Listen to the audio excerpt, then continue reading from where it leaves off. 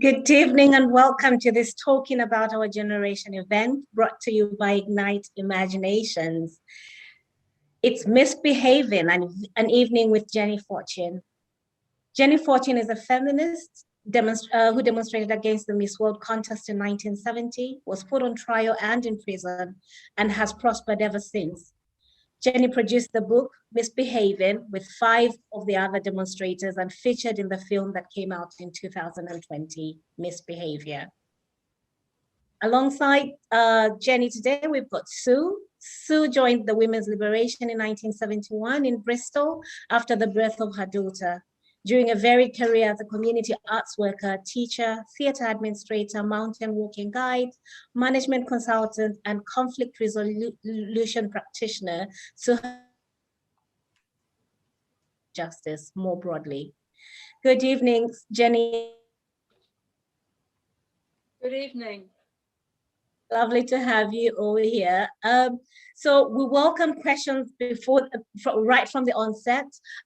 Please put them in the chat and we'll be getting into the film in a moment. So a few weeks ago, Jenny and Sue spoke about protest, people power, politics, and feminism. Let's see what they said. Remember to put your questions in the chat.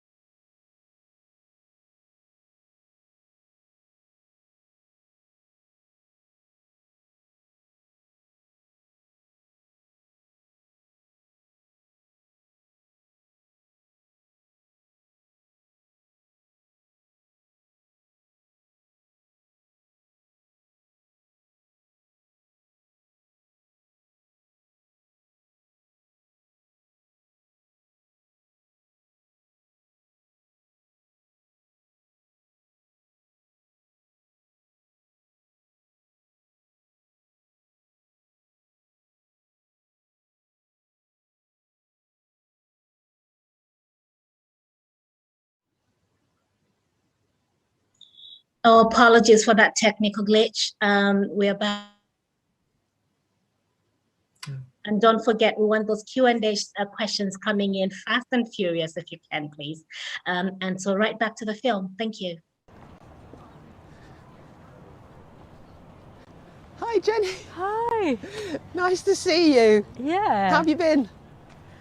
Good, thanks. Good. Yeah, loving this sunshine. I'd love to give you a hug, but we have to give a bit of a social distance, don't we? Yeah. I'll sit here. Anyway, we've got this to talk about, haven't we? Yes. Yeah. Yes. Yeah. So, but first of all, I mean, I know who you are. You know who I am. I'll take this bag off. But a lot of people don't know who we are. So, who are you? How did we first meet? Well, I'm Jenny Fortune, and I'm one of the editors of this book called Misbehavin. Notes out of there. Which is about the event which is kind of credited as being the iconic moment of the women's liberation movement as it started off in the kind of late 60s, early 70s. Right. And when did I first meet you? So I was an industrial spy for the revolution. Oh. Basically.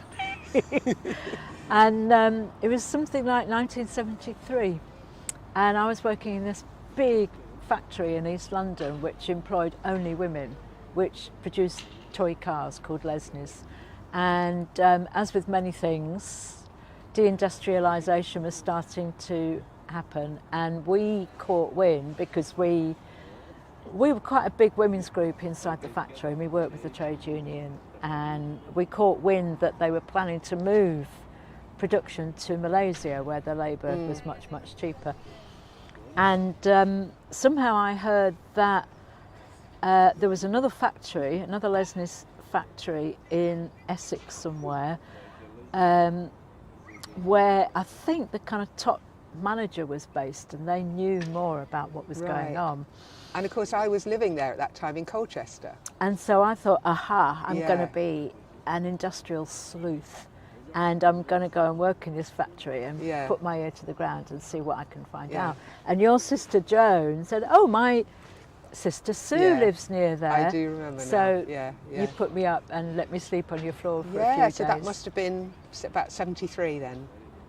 1973. Yeah. So we've known each other a long time. Well, on and off. And then we both found that each other lived in Sheffield. Yeah. So it's interesting to start there, because one of the things I think really comes across in the book is, whereas people might think, oh, the women's movement, was just about women wanting to have the same things men do, but actually it was much bigger than that, wasn't it? It had its kind of roots in liberation struggles of all kinds, black power, trade union activity, all sorts of things. It was a much wider political movement, wasn't it? Yes, I mean, that's really important. When we tell our stories basically in the book about why and how did we come to make this kind of big spectacular action, and so we're telling our backstories about what was going on all through the 60s, and some of the women are older than me, and they grew up knowing about the problem of the Suez Canal. They went to Cuba, they got involved in all the anti-Vietnam War demonstrations. All during the 60s, there were powerful revolutionary political movements. There was the independence movements in Africa. There was, the Black Civil Rights movement in the States, which was what really sparked off the women's liberation movement. And of course, that's what sparked us off, was hearing what women were doing in America and reading some amazing stuff. I was going to ask you about that because I was kind of quite busy at that time, sort of leaving university, getting into a new relationship, having kids, etc. So I think I wasn't kind of paying attention quite so much as you were. But so how much of what was happening in America kind of landed with you and sort of inspired you? Well, it wasn't me so much. I mean, I was always a bit of a young one compared with the kind of leaders of the women's liberation movement. And of course, there was a demonstration against the Miss World contest in America the year before we did it in the UK, so that's what gave us the idea for it. And there were just amazing women, amazing writers. Of course, we had our own Germaine Greer, although she was Australian. Yeah. But yeah, a lot of it, you know, we were passing books around. I mean, hopefully students still do it. We were just so excited by the books that were coming out of those movements. You know, I remember reading Black Faces, White Masks by Frantz Fanon, and it just opened my eyes. And then reading The Female Eunuch by Germaine Greer, you know, women did not talk about sex or sexuality in those days. You know, most of us entered into puberty not knowing what the heck was going to happen. Well, the agenda for that was very much set by boys, by men, wasn't it? I mean, you know, it was almost like it was set by a very repressive society. I mean, we all know the story of how, you know, women were engaged in working in the factories during the Second World War, and we're going to look at the statue to the women steelworkers later, and then sent back into the home in the 1950s. And it's just fascinating to look at how industrialisation changed during the 1950s to producing a lot of domestic work goods. So washing machines, fridges, hoovers, changed the nature of the kind of way that women worked. So gradually, women were able to both do the work in the home and go out and get a little, you know, paid job as well. But it was restricted to being a cleaner, being a teacher, being a secretary, being a nurse. Yeah. That was it. And women's place was, you know, in the 50s was totally in the home.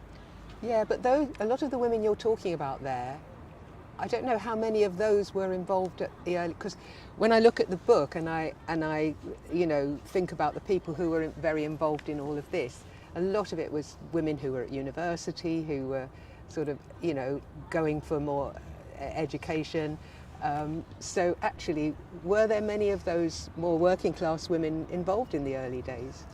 Yeah, because women didn't go to university until the 60s. So legislation was passed in the middle of the 60s, I think, to build new universities in order to really widen the educated workforce. So for the first time, working class people and women were getting places in the universities for the first time ever. So there's this massive expansion of women, working class women, in universities. You know, comprehensive schools gave a lot more opportunities to bright kids, bright women to get there.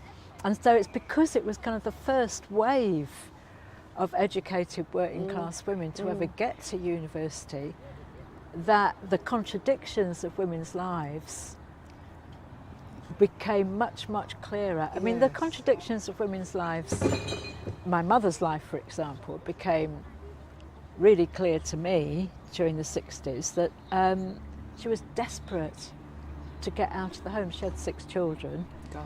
And she was desperate to get out of the home and just have a bit of her own money, but my father wouldn't let her. And eventually she left my father in order to be able to do that, and that's because the divorce laws were changed in 1969 to a no-fault divorce, and she could just leave. Actually, you talk about that in the book, don't you? A bit about your background in that way, and all the women who write in here do, interestingly, talk about where they came from, how their mothers were, you know, and the influence that all of that had on, you know, where they ended up in the 60s and 70s. Yeah, and it's because for the first time, women decided that the personal is political. Yes. That women's lives, as we experienced our own lives, were as political as anything else that was going on, and that was liberating. Yeah, and I'm just wondering whether we should walk and talk, because I know there's so much to talk about. I know, and you and I obviously you know, we're connected through all this stuff, but we're Yeah. also connected because we're both great walkers, aren't we? Yeah. So I was thinking, and actually here we And are. you've written a wonderful book about women walking. That's true, I did, yes, Yeah. Women's Ways. And here we are in Devonshire Green, and I was just thinking it would be quite good to walk around because It's so beautiful, isn't it it? is lovely, and Yeah. it's a lovely day. So Yeah, great. let's sort of take a walk round this way. Yeah. But we can carry on talking. Yeah. So how many of the women in the book are you still in touch with? Well, there's 5 women who edited the book, so we worked together all through COVID shutdown Yeah. to collect the stories of all the women who were there for the event. Yes. And It- look, I think Oh, this is. Do you know about this? I was here. Yeah, I was here too. This is the Sarah Everard vigil. People put It's flowers still here. here. It's Yeah. and it's still here. And yeah, there we go. Rest in power, Sarah Everard. And which actually kind of puts me in mind of another sort of question that we Yeah. could look at, which is women today. Yeah. Obviously, you know, we might say a lot has changed, and, Yeah. and women have all kinds of opportunities which we didn't perhaps have, but some things haven't changed. And I just wondered what your thoughts about how, you know, women today are faring.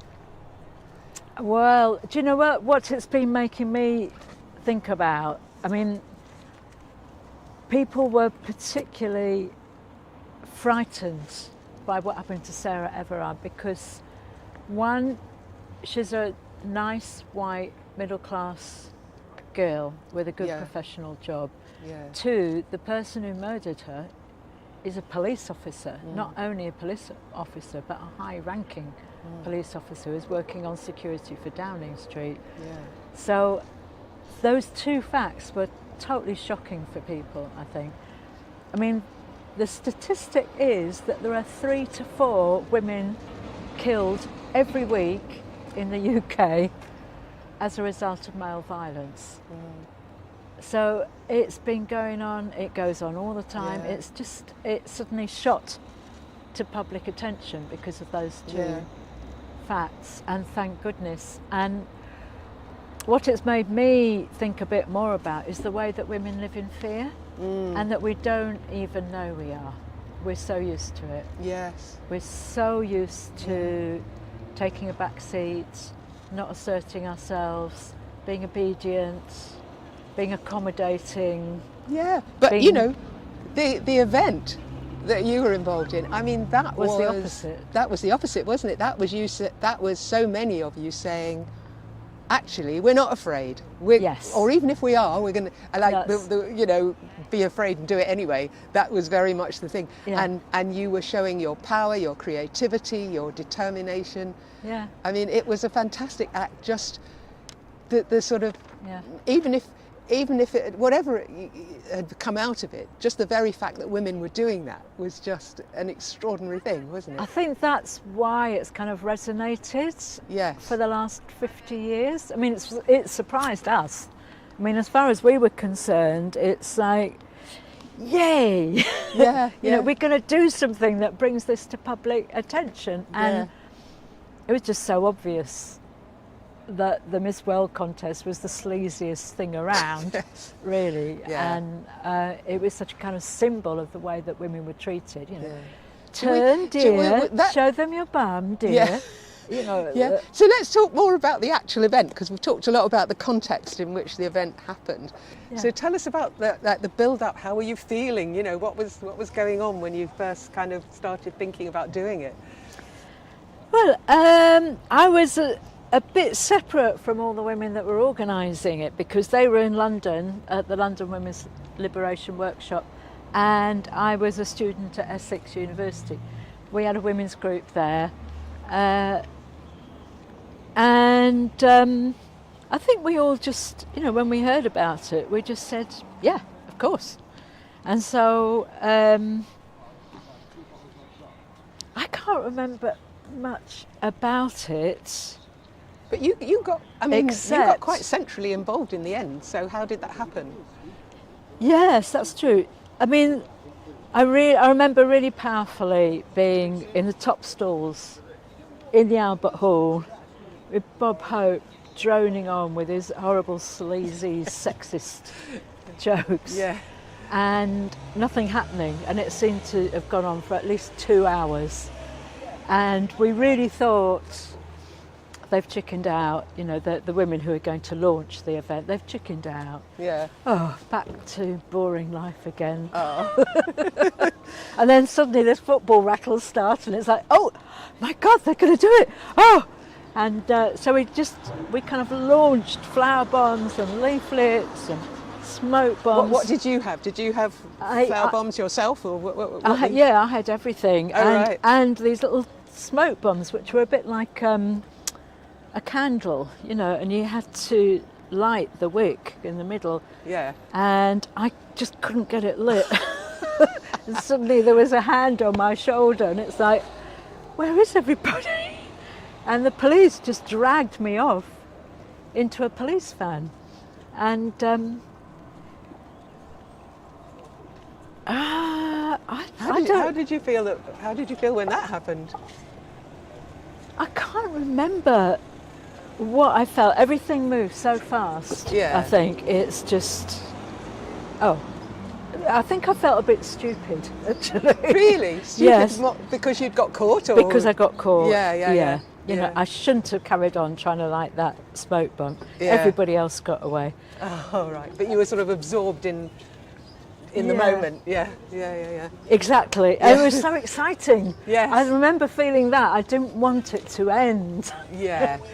I wanted it to just go on and on and on, because it felt fabulously exciting. So that we'd achieved it. So at the end, did you feel a sort of sense of anticlimax, or? Yes. Yeah. Completely. Yeah. And stupidity as well, and not knowing what was going to happen. You know, I was 20. Yes. Yeah, and then I remember being kept in a police cell overnight. And I remember my mum being on the outside of the bars going, "Oh, Jenny, what have you done now?" So obviously now, so you'd obviously done other things. I'd obviously done a heck of a lot of other things as well. Yeah, I had a whole process of having to decide whether to defend myself in court. So I was charged with quite serious charges, which were threatening behaviour and intent to cause damage, and you know, it could have definitely been a prison sentence at the end of it. And of course it was, I mean, it's mentioned in the book, and I think it's in the film as well, that the Angry Brigade had planted a bomb, hadn't they? So there was a lot of sensitivity around it being a sort of terrorist. Yeah, so the Angry Brigade was a terrorist group akin to the IRA in those days, which was operating in the UK, and they'd taken it upon themselves to support our action by blowing up the police van which the night of course before. none of you thought was terribly supportive. No, it was infuriating because one, it could have destroyed the whole event. We wouldn't have been able to get in and do anything. I mean, luckily the police were stupid enough for some reason not to put more security. So we, 50 women got into the Miss World contest despite it having been blown up the night before. But so it's kind of interesting. You wouldn't get away with that now, would you? No, you wouldn't. But yeah, so the times were such where there was all this kind of activity going on. The IRA was doing all sorts of explosive things in the UK at the same time. So we were potentially seen as a real serious threat. And it wasn't just a bit of a laugh, a bit of a jaunt. It definitely was a serious thing that you could have got lots of prison for. Yes. Yeah. And in fact, I was interrogated by the bomb squad when I was kept in the prison cell. And they were interrogating all of us really to see if we had anything to do with the terrorist organisations. Yes. Yeah. Gosh. Yeah. So this was a big thing. Yeah. It was in really, more ways than yeah. one. Yeah. And then the Women's Liberation Workshop said, well, of course you've got to defend yourselves in court. Yes. Why did they say that? Partly it's because there was a programme recently about the Mangrove Nine, the Mangrove Nine, who, so there's a black liberation movement in the UK, but in London in particular. And Steve McQueen has recently made a that was film great. Yes. about how they were constantly being harassed, Yeah. and that actually provoked them to demonstrate. And in the end, 9 of them were arrested, Yeah. and they decided to defend themselves in court. And Steve McQueen's film shows that they were in fact very successful and eloquent in Yes. defending themselves, and Yes. got off as a result. And so the Women's Liberation Workshop was saying to us, well, of course, we're going to do that, aren't we? Because And it was an opportunity to sort of make a bigger statement about women's liberation as well. yes, Yeah. that was it. Yeah. That Yeah. was it. So there was pressure on me from my family to say, well, brush your hair, get a new coat, and get a solicitor to say that Yeah. you're a really nice girl and you didn't mean it. Yes. So that was the one side, and then the other side was the women's liberation movement saying, we need you to defend yourself Yeah. and stand up in court and speak for women's liberation. It's And like, were you happy to do me? that, or were you scared? I was terrified. Yeah, I bet you were. Yeah, I was absolutely terrified, and it was the turning point in my life, that particular Really? decision. Yeah. Yeah. In what way? Well, I remember going to sit in a park in the middle of winter in December on a cold stone bench. It took me 3 hours because I knew I was going to have to decide what side I was on. Yes. I was either going to be the nice girl and go back to university and finish Yeah. my degree, go on and have a career, or, and you know, this is what it felt like to me, I was going to join the revolution. Yeah. Well, we all thought we were joining the revolution then, didn't we? Yeah, and I did. Yeah. Yeah. Yeah. Yeah. I decided to join the revolution, Yeah. and speak for myself in Yeah. court. Do you still feel you're part of a revolution, or do you think that's completely gone? That sort of sense of possibility. I do still feel I'm part of a revolution. Yeah. Yeah. And sometimes I feel as though I've got a foot in 2 different worlds. Yes. Yeah. And one world is the revolution I joined, because it's still going on everywhere, all through the world and here. And the other foot is kind of surviving everyday life and having a job and having children and grandchildren and I suppose keeping a house together. I suppose and- that's the nature of all revolutionary life, isn't it? I mean, Yeah. I suppose there are some people who kind of commit themselves so utterly that everything else goes by the board, but for But most then you women, wouldn't that's be a human being No, that exactly, yeah. enriches the world, I don't think. not. Yes. You know, if yeah. you didn't all, you know, if you didn't love people and have children and Yeah. Yeah. it's and have an ordinary everyday life as well. And you did have a child, but later, didn't you? Yes. I mean, you. Yeah. It was a while before you got round to that part of your life, as it were. Yes. Yeah. Yeah. Yeah. And we were talking earlier on, weren't we, about the sort of situation now for younger women. I mean, do you notice much of a kind of women's movement now, and is it are concerns much the same, or are they different? How do you view what's going on for younger women? Yeah, I mean, like everything, it goes in waves. I mean, there's no doubt about it, there was an enormous establishment backlash Yes. against our revolutionary movements of the 1960s and 70s. Yeah. And there was big attacks on it in all sorts of ways. Yeah. Anti-trade union laws, closing down the GLC, defeating the miners, Talking of which, we're just coming up to the Oh, old yes. NUM building, aren't we? Just around here. No, it's just behind here, isn't it?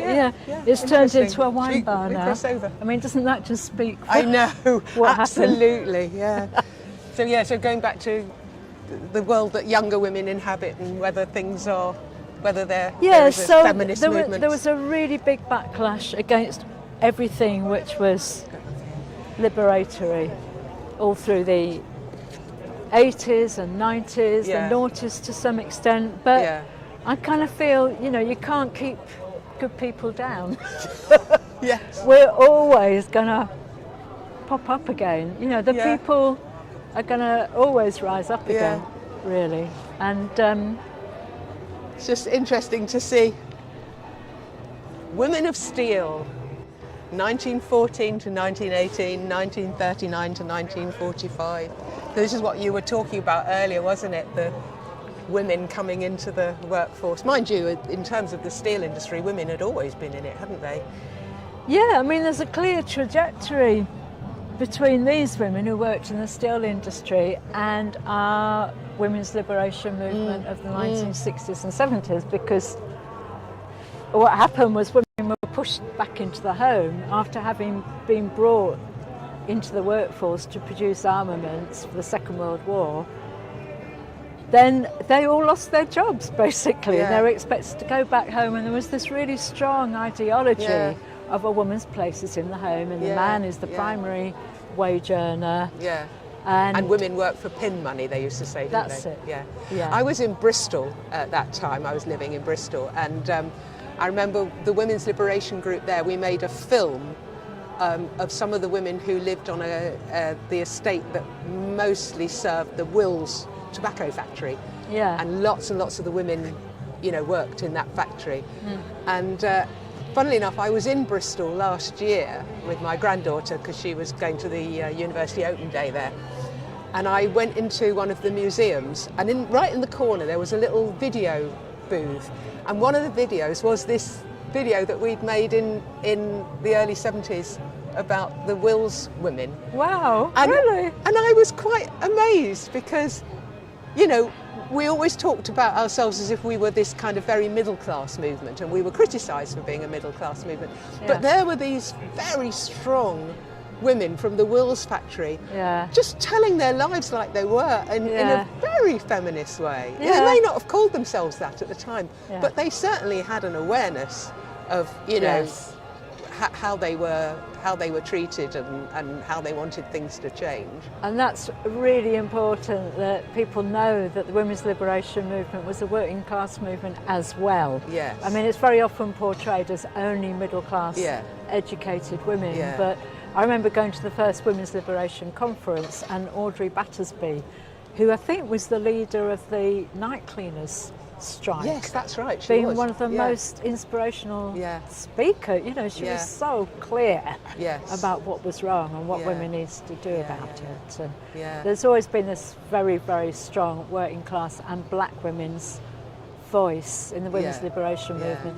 I mean, Yeah. mind you, like nowadays, they've always had to fight to be heard, Yes. and there's no doubt about it. There was, there were conflicts between a kind of middle class perspective and a working class perspective and a black women's perspective Yeah. and a lesbian women's perspective. Yeah. We all have to learn from each other, and Yeah. sometimes that's very painful. Yeah. But particularly for well-educated middle-class women Yeah. to be told, sorry, you've got it all wrong. Yeah, yeah. No, I do remember there were massive arguments. Yes. And, we were talking about the two characters who were in the film, the sort of Sally Alexander character, who was Yeah. the rational academic, and then the Joe Robinson character, who was very anarchic and creative and kind of an explosive in a way, wasn't she? Yeah. And that was, I remember that very much in our women's group in Bristol, that, Yeah. there were the sort of political women, and Yeah. then there were the kind of performance artists and Yeah. women who would, do amazing things. Like, I remember there was a poet called Pat Van Twest, and she and her girlfriend put on this thing at the Bath Arts Festival, where a whole bunch of, it was all men, were talking about art and revolution. There was John Berger and various other people at the time.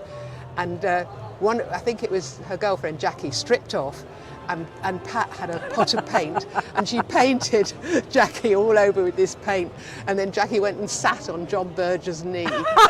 And I remember hearing about that. And these men all carried on talking about art and revolution. It was so funny. It was hilarious. But you know, so there were. It was definitely that was one side, and then there was the very kind of, you know, let's have 6 demands and let's, you know, send a petition to, you know, so all that sort of legalistic stuff. There was quite a conflict between the two, really, wasn't there? Yeah, and it wasn't just about, you know, having a theory and trying to put it into practice. It was actually living as if, wasn't it? You know, let's live as if women can do what they like. You know, let's live as if we don't have to get married, and you know. Well, it was more, we're just not going to put up with this anymore. Yeah, exactly. But you know, so it wasn't even that ideological. It was, we're just not going to put up with this anymore. And I mean, there were changes happening in the wider world, like the divorce law, 1969. My mum left my dad in 1969. You know, I'm not going to put up with this anymore. Yeah, abortion. Contraceptive pill. Yeah, an abortion in 67, wasn't it? I don't, you know, I'm not inevitably going to have a child if I have sex. Gave women a lot more sexual liberation, but that was very double-edged because that was quick. That was quick. That was very double-edged because then women were expected to be sexually available to everybody, and there's no doubt about it, it was very confusing for me. There was a sense in which, oh, well, if you weren't going to sleep with everybody and anybody, that you weren't a good feminist. You know, you weren't a liberated woman. Exactly. You know, that sort of men kind of suddenly thought, oh, well, we kind of expect now that women will be putting up with this. And of course, a lot of us did, you know, put up with it. Absolutely.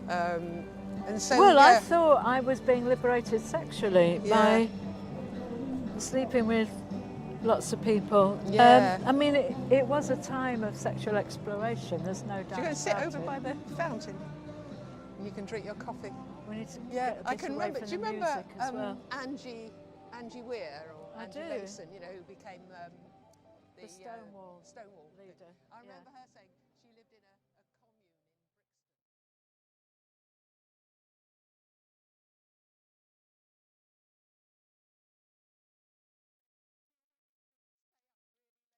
A powerful, moving, and inspiring story.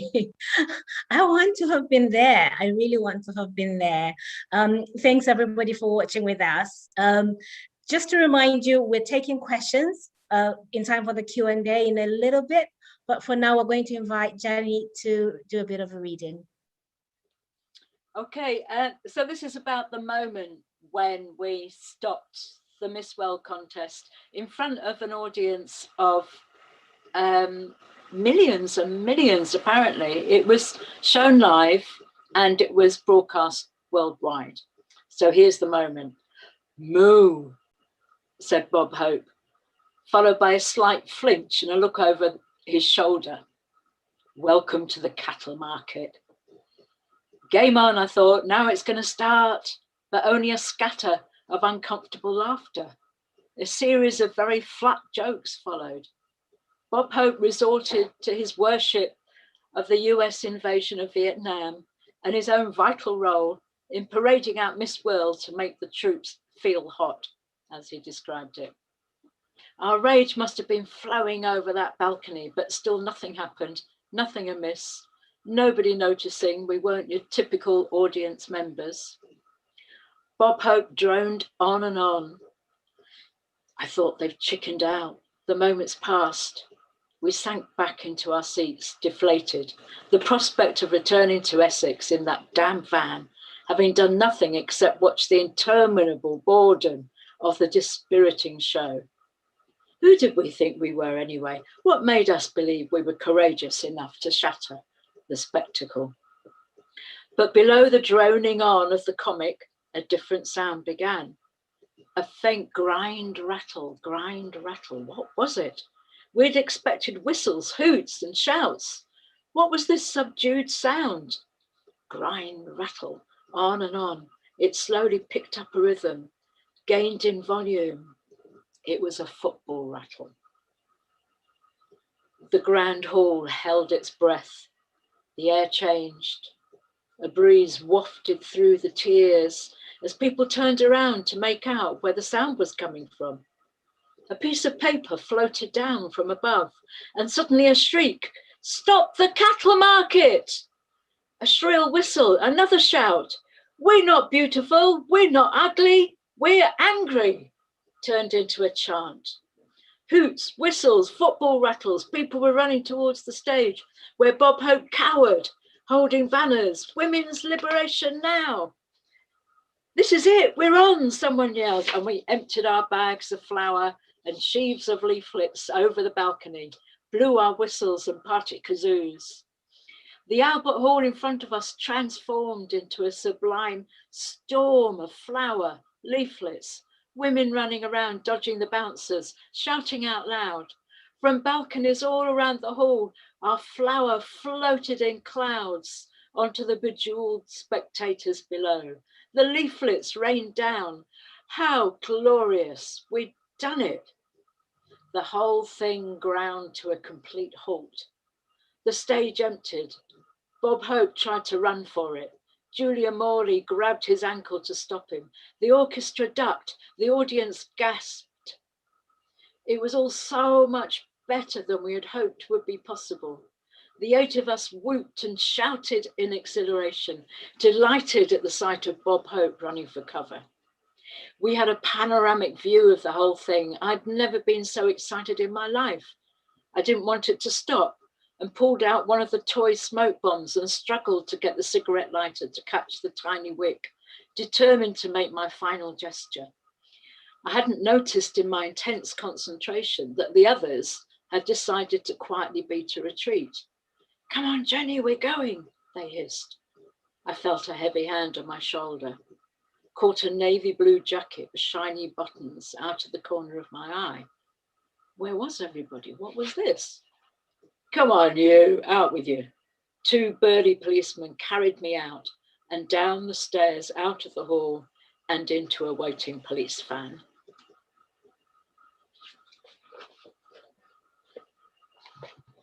Powerful. We're not ugly. We're not beautiful. We're angry. Yes. That's the spirit I want to be carried forward to present day. That's beautiful. Thank you so much, Jenny. I've got some questions for you now. Thanks everybody for submitting questions, and please keep bringing those questions. We'll be taking them as we go. So the first question is, "Hi Jenny and Sue," and this is from Matilda Reith. "Hi Jenny and Sue, does protest have the same power now as it did in 60s, 70s? I'm feeling very empowered by the successful peaceful resistance in Glasgow yesterday." Yes, I know, wasn't that fantastic? I mean, Absolutely. it's oh, it just gave me joy. You know, sometimes I get very depressed about how things have changed, because I do think it's much more difficult to protest now. I think the apparatus of the state, surveillance, police tactics, yeah, it makes protest a lot more difficult, and a lot more difficult to have the kind of impact that we had. I mean, for a start, you don't get anything shown live on TV anymore. So that would have been cut out, that what we did, what we disrupted. But actually, it went out worldwide to millions and millions of people, the fact that we stopped that contest and threw Bob Hope off the stage. Yeah. But yeah, I mean, there's plenty going on when you think about, you know, Extinction Rebellion and all the creative things that they do. I mean, I think there's still a lot of creativity around, isn't there, when it comes to protest? And I don't think you can. Especially Extinction Rebellion, yeah. Yeah. And yeah, so I think there is plenty. But I mean, of course, you know, we are now facing, aren't we, this the government trying to. Yeah, the bill, the police bill. So yeah, they're trying to make it as difficult as they possibly can, but they'll never kill it off completely, will they? No, people are prepared to go to prison, basically, rather than lose our civil rights and our voice. That's the thing. We won't be silenced. But actually, when you think, it wasn't that long ago, just a few weeks back, wasn't it, when the Extinction Rebellion people were found to be not guilty by that jury, even though the judge directed the jury to find, that there was no legal basis for them to be found innocent, but the jury decided otherwise. So that's, there are plenty of hopeful signs, aren't there? Well, little hopeful signs. That was a really good question. It really was. There are lots to learn. And the next question is from Margaret Doyle. And how did you both first get involved in the women's liberation movement? Sue, would you like to take that first? Yeah. Well, I had my daughter in 1971, so I was a bit preoccupied up until that point. But I read Germaine Greer's book, and that kind of gave me a whole new look at things. Interestingly, I was taught by Germaine Greer at University of Warwick. So, but that was before she'd written the book. But she did kind of pique my interest in that she would do. She gave some really interesting lectures about. I remember one particularly that struck me was about the heroines in Shakespeare's comedies, which I'd never thought about in that way before. So she did open my eyes to things. But it was really after reading her book and becoming a mother that and then of course I was in Bristol at that time, and one of the first really powerful women's liberation groups was in Bristol, so it was very easy to get involved, and there were some fabulous women involved in that, and it was a great pleasure to meet them and to change my life. Lovely, thank you. Jennifer. Well, yeah, interestingly, when I first heard about women's liberation, I think we were occupying the Chancellor's office, and there was this American woman who was talking about women's liberation. And my first reaction was, oh no, I don't think that's a good idea, because it's going to split up families.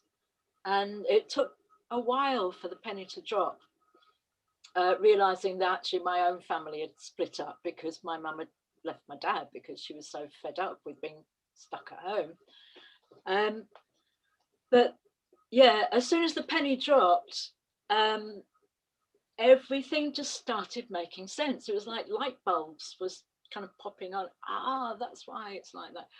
That's why I felt like that. That's why my mum felt like that. It's the personal became political, and we really felt we were changing the world.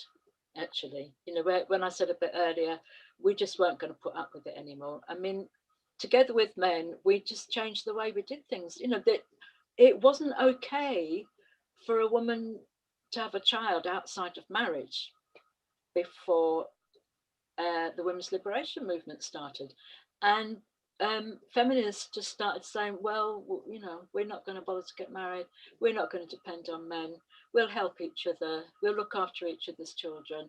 There was a heck of a lot of that kind of thing going on, and it really did give women so much confidence to feel that we just weren't going to depend on men for everything anymore, and we were going to support each other. Well, we did have men come and do the crashing, didn't we, for the conferences. Yeah, and men really did change as well. All the men around us took part in the childcare. We ran creches, we started nurseries. The men took it, all our boyfriends took it really seriously and joined in with us as well. I do remember taking my daughter when she was about 11 months old to a conference in Manchester, and men were running the crash, and at the end of the day I went to pick my daughter up, and I was so upset because she was covered from head to foot with pen. She'd been given some pens, and she'd drawn all over herself. She had pen everywhere, and I thought, oh well, that's what happens when you let men run the crash. Yeah. Yeah, go ahead, Jenny. Go ahead. Sorry. Yeah, and also it was the spirit of the times. As I said in that little film clip, liberation was happening everywhere. And that's why this little thing we're doing here is part of the 60s, my generation. The 60s was such an extraordinary time, such a turning point. As I said, there was the African liberation movements against the British Empire, basically. There was the Black Civil Rights movement in the States. There was the gay movement that had started in the States as well. It all came over here, and yeah. So of course, women's liberation was had to be a part of that. And as Sue said, women were just writing the most extraordinary stuff, singing the most extraordinary stuff, starting up women's groups. It really changed things so much for women. We went into all these different areas of work. We really changed a lot of things about the nature of work, particularly in relation to women's health, childcare, education, training for women, all those kind of things. We really did. It really did change the world. Yeah. And it's interesting when you hear it from people who actually fought for these things. When you look at policy today, there's almost an erasure of actually that work that you all did at your time. So this is quite powerful for people like me to hear. Yeah, that's so important. I mean, yeah, I'm slightly concerned that there's an erasure of the word woman happening in legislation. Very high up and important legislation. And I think it's really important that we continue the fight. Women still have a long way to go. Actually, there's still only a third of MPs are women, for example. Yeah. And as I said at the beginning of the clip when we were talking about Sarah Everard, 3 women a week are still killed in the UK, and it's rape is endemic, and it's very, very difficult for a woman to succeed in bringing a case of rape to court. So we still have a long way to go. Absolutely. I have another question for you. It's from Ned Kemp. How did it feel to be in the dock at such a young age? I can't imagine what the experience would have been like. That's a fantastic question. Well, as I described, I was terrified at the thought of having to stand up and, basically speak for the women's liberation movement, because I was, quite naive. I didn't know an awful lot about politics. But I think there was 3 of us that decided to defend ourselves, and we just had a lot of fun, really, thinking up how we were going to do it, and how are we going to treat the magistrate, and how we were going to ask questions of the police witnesses. And again, we just decided we are not going to respect the male law. We made it very evident that's going to be our whole approach. We're being judged by a male law that we don't recognise. We're going to speak for women's liberation and what it means. And we called the magistrate Daddy-O all the way through. We asked the police witnesses, and who washes your socks and cooks your dinner when you go home? And in the end, it was just a gas. We had a great time. We had all our friends in the gallery. We had Gay Liberation Theatre out the front. I think we did take control, actually. We took control of the court process. And it was completely empowering for me. Having started off terrified, we won. It felt like we took control. It was great, although we ended up with being put in Holloway prison, but and fairly serious criminal, findings against us. We didn't win that. How long were you in for, Jenny? One night. The magistrate put us in there to kind of teach us a lesson, basically, and bring us down a scale or two. There's something there's something absolutely moving when you just said we won, that was moving just in itself. I can imagine how you feel now looking back to that. Yeah, I mean, we never expected it to feel like that. That's the thing. But because we were 5 women in the dock together, and we just the dock is the wooden bench, and it just somehow we took over. It was the spirit of the times, I think.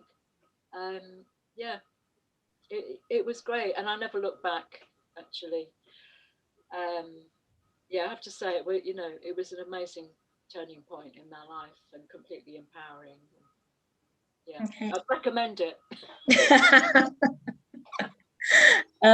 Lucy Bryant asks, what would you say is the greatest difficulty facing young women today?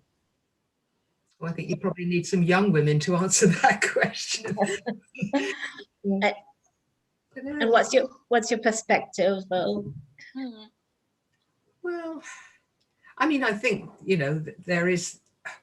there's still, well, Jenny can talk about wrote the chapter in the book about the continuous problem of the beauty industry and the effect that has on young women in terms of body image and all the terrible stuff that a lot of girls have to put up with on social media, even leading to suicide in some cases. So we didn't have, I mean, we had our sort of version of that, but nothing like young women have to put up with.